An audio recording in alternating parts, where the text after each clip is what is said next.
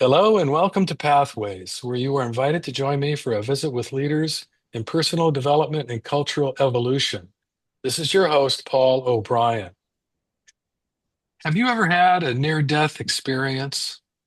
So-called NDEs have occurred throughout human history, and they continue to influence our beliefs about what lies beyond death. Today, we're going to talk about five ancient civilizations that developed completely independently of one another in space and time without cultural contact, yet the similarities between their afterlife beliefs are amazing. How can this be?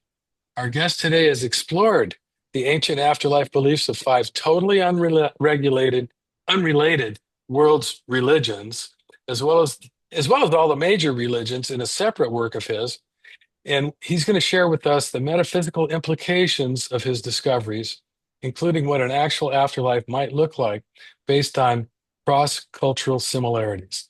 Our guest is Gregory Shushan, PhD, author of the new book, Near Death Experience in Ancient Civilizations: The Origins of the World's Afterlife Beliefs. Gregory is the leading authority on near death experiences and afterlife beliefs across cultures and throughout history. He is an award-winning author affiliated with Birmingham Newman University, University of Winchester, Marianne University, and the Parapsychology Foundation. A former researcher at the University of Oxford and University of Wales, he lives in San Francisco. Well, hello, Gregory, and welcome to the Pathways Show. Hi, Paul. Thanks for having me on. All right, well, let's start by asking, how did NDEs in the afterlife become your area of expertise? In a kind of circuitous, unusual way, like most near-death researchers out there comes from medical backgrounds or scientific backgrounds. I came at it through Egyptian archaeology, believe it or not. So Wow. yeah, I was studying for my first degree in that field, and I was reading the afterlife texts, mostly the pyramid texts and the coffin texts, the earliest stages of the Egyptian beliefs. And I was just struck by the similarities between their beliefs and near-death experiences. Once you kind of strip away a lot of the cultural, symbolic sort of language and imagery. For example, they describe the soul leaving the body, traveling through darkness to another realm, encountering a being of light, who in this case is the sun god, whose name is Re in ancient Egypt. Also meeting deceased relatives, having a kind of evaluation of their life, a judgment of sorts, and encountering barriers or limits that they can't pass because they need to know the sort of requisite formulae and concepts in order to get beyond a certain point. And also feelings of transcendence and joyfulness. It's a positive, happy place, and there's a lot of references to associating the soul of the dead with the divine and kind of union with all of these divinities in the other world. So this maps across, I mean, it has a lot in common with what are reported by people who have near-death experiences. Is that the point, or was that the thing Yeah, that struck you?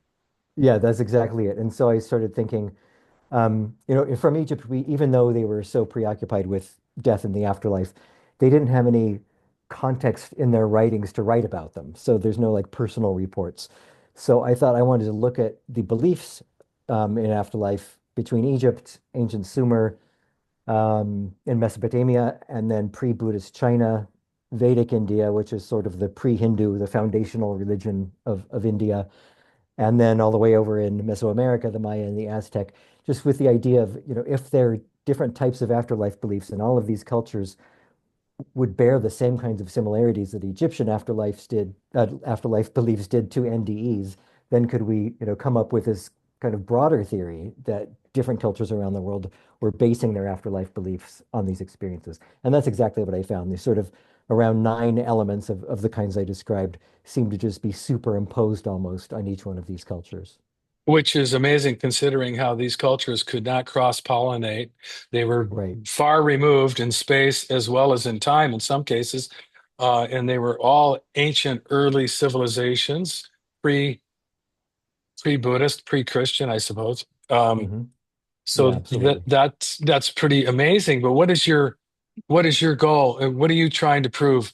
Just in terms of writing, are you trying to prove there is an afterlife? Um, that seems to be something that people are highly curious about. Hmm. Is that your goal, or what is No, the no, goal? not at all.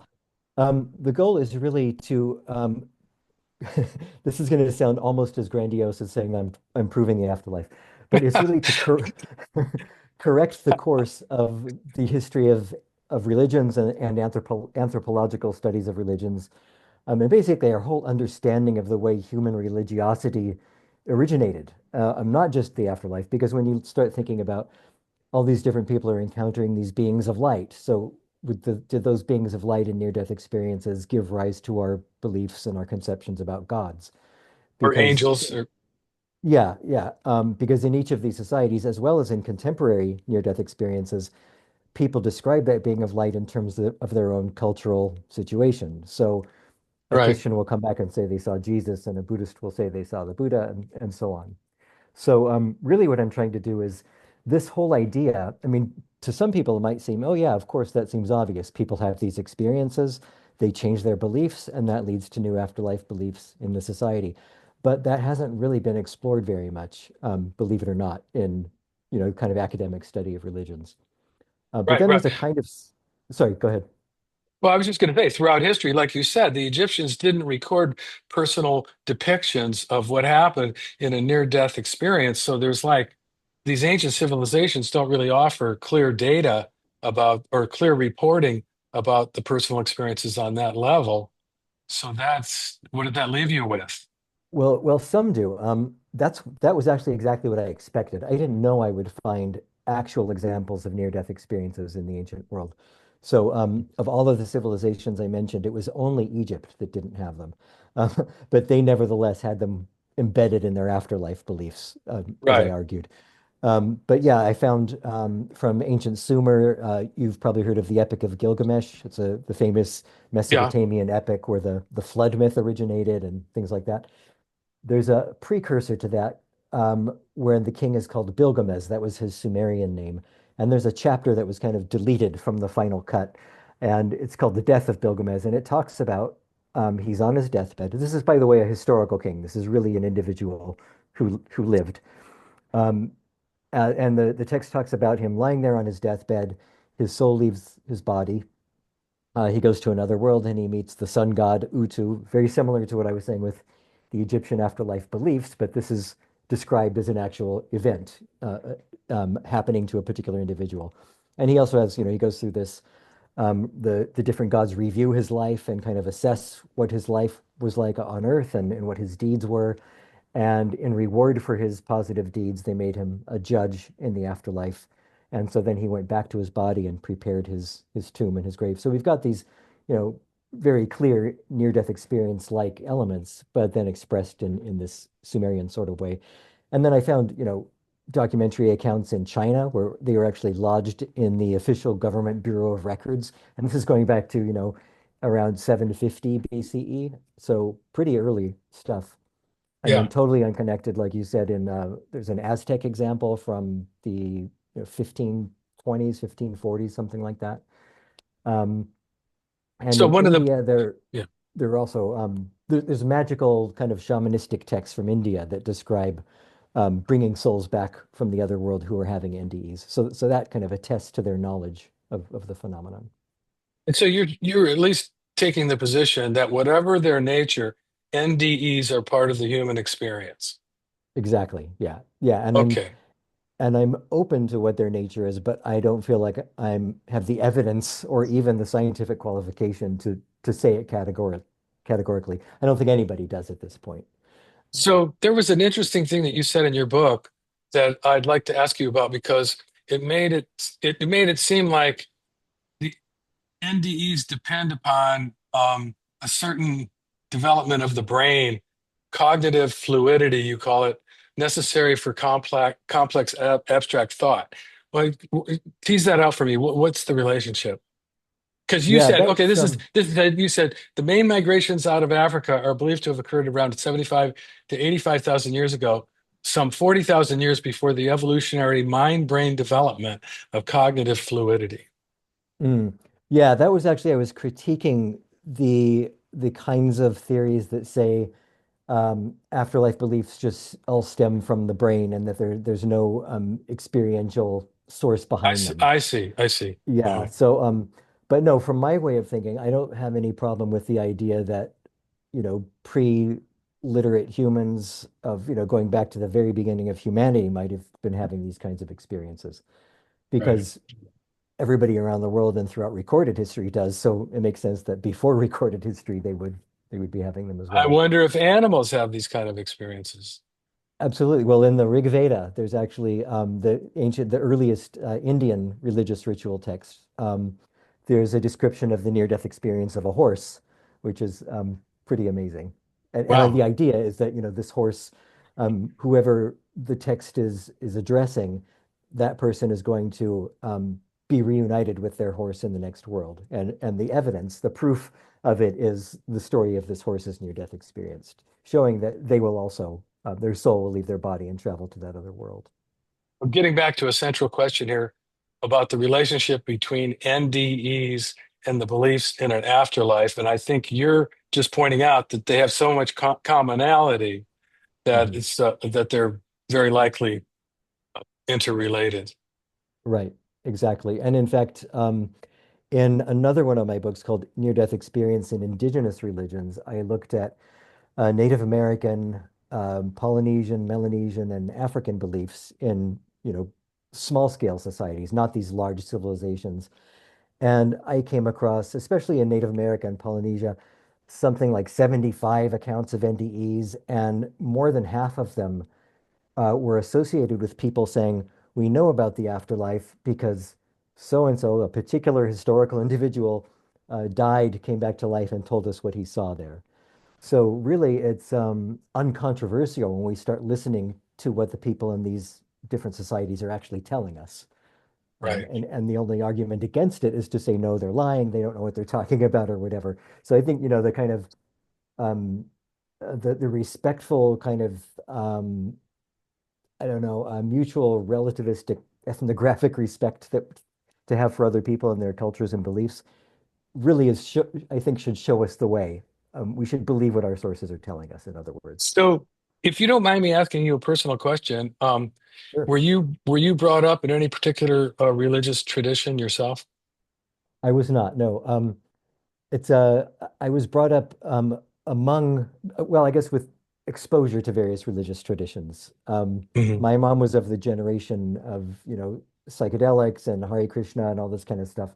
So we would go to the Krishna temple to dance, and she'd take us to a Buddhist temple. And I had a Catholic grandmother and a Jewish father. So I had all this exposure to these very different things, but I didn't look at them in terms of my personal belief at all. To me, it was almost like an anthropologist thinking, wow, this is interesting what all these people believe in the world.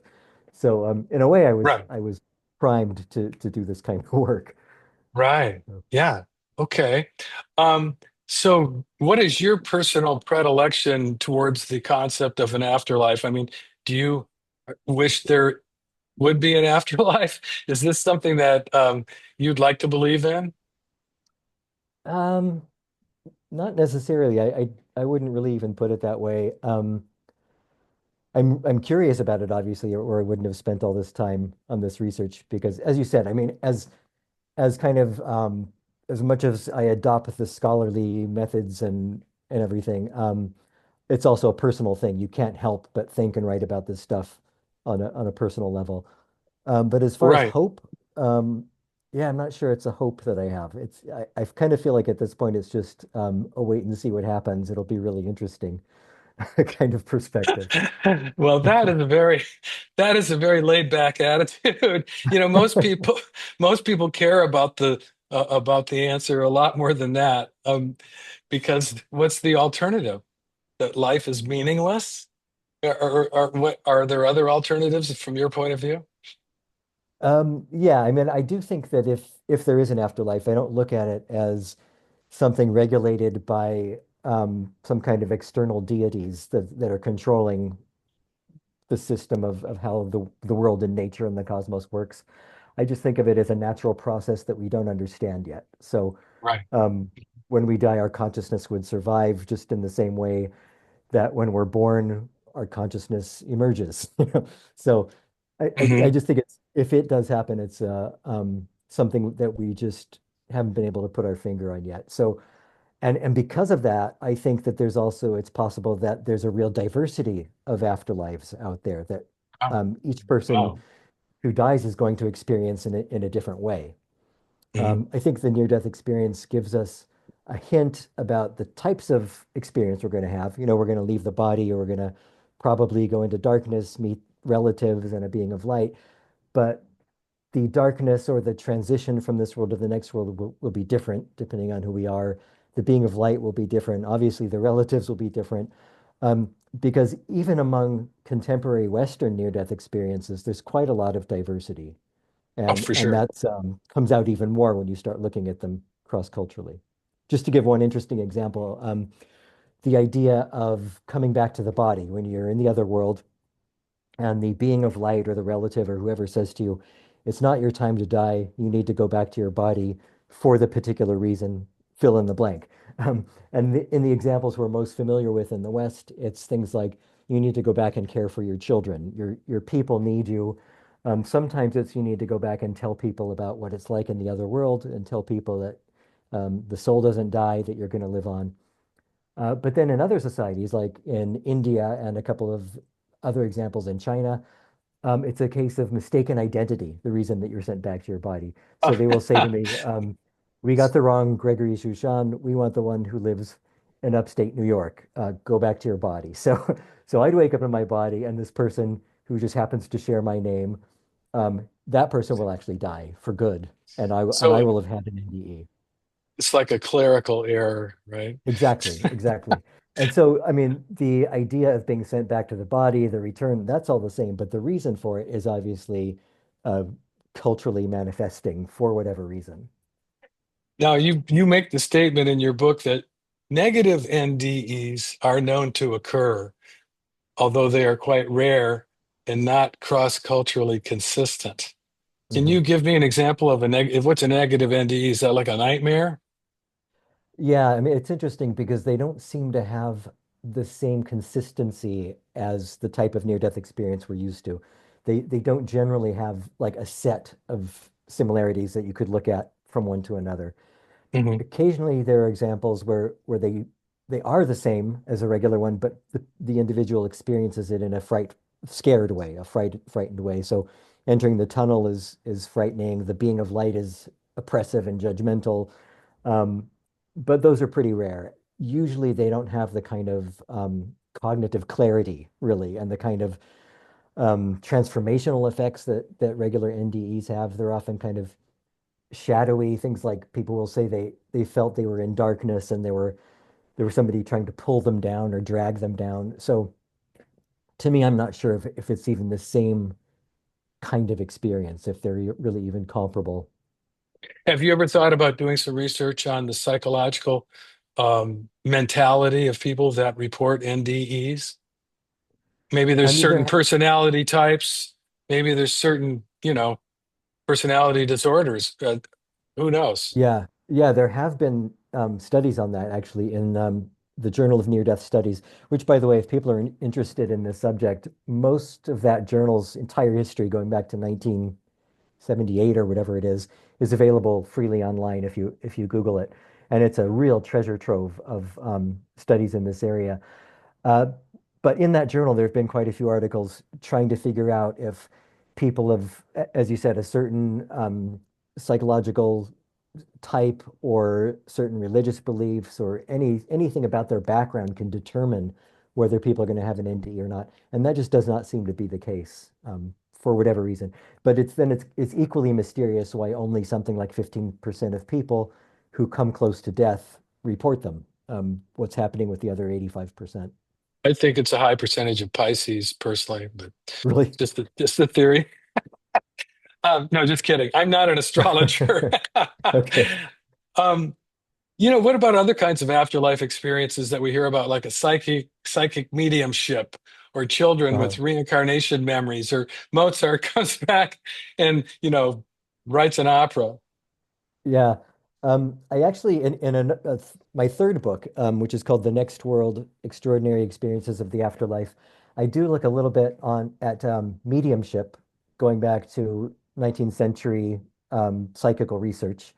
And what I did is I tried to look at the reports about the afterlife that the mediums were describing through information they were getting from souls of the dead who supposedly live there. And I tried to narrow it down to the most accurate mediums, the mediums who supposedly gave the most evidence, because I thought if they're giving this accurate evidence about things that people on Earth couldn't have known about, like where to find your missing jewelry or whatever it is, then they should be giving accurate information about the afterlife. But what I found is that it was very much like near-death experiences, but even more so, very culturally embedded and very much mirroring the kind of Victorian English and American ideal of what a Christian afterlife would be like, Right. including it's all white, it's all upper class, people still have servants, and even physically, it mirrors what a pastoral kind of people live in stone cottages and all this kind of thing with thatched roofs. Amazing. That's Yeah, The Calvinist version. right. So, which brings up a word that you mentioned in your book that I found fascinating, and I don't know what the hell it means. Neurotheology. What is Yeah. now some people ascribe NDEs and afterlife beliefs to neurotheology. What does that mean? Yeah, that's essentially this idea of the God spot. There's this particular region of your brain that when it's activated, it will give you a religious experience. And that's the kind of materialist, scientific, reductionist way of explaining away these kinds of I experiences. know I love Yeah. words, and so that one really grabbed me because I hadn't Yeah. heard that before. Yeah, Yeah, and there's so there's different words that people use to describe essentially the same thing, but that's a good one. And it's kind of a in a nutshell word. okay, so how does this understanding that you are sharing with us through this book, how does this affect the way that we live in the present moment, in the way that we live in this world? What is your intention about that? Um, I would say a couple of things. One of them is for people who um, just kind of dismiss these types of experiences as hallucination or just things people make up, to actually understand that they have been happening cross-culturally and throughout the world throughout history, basically. Right. And so, which doesn't, again, necessarily mean that they're real, but it means that people are having them and to be, maybe have a little bit more of an open mind and a bit more respect towards people who have them and not treat them as if they have some kind of pathology, as Okay. if they're crazy because they have these experiences. And then Hmm. on the other hand, as far as people who grew up with kind of what they call toxic theology, toxic religious beliefs, where they live their lives afraid that some omniscient God is watching their every move and monitoring them, and that they might go to hell because they did this or said this. Um, we have the people who've been the closest to dying, who've been clinically dead and have come back to talk about it, don't tell us anything like that. They don't tell us what these threatening religious beliefs have been telling us for hundreds and thousands of years. So Yep. I would, from my perspective, I would rather listen to them than to theological doctrines that are coming out from churches that have been vested interests, including accumulating donations, including being gatekeepers to the other world, to divinity. I mean, things like, Right. you know, you can only reach the kingdom of heaven through me. Those kinds Yeah. of sayings, You can rather you than it can being a we've got directed to indulgences. me. We've got indulgences on sale this week. No, Exactly. Yeah. yeah, right. Well, Yeah. Gregory, there's so much more that we could talk about and explore. It's such a fascinating subject. Unfortunately, Pathways has got a limited time span, and we have basically run out of time. But I want to make sure Okay.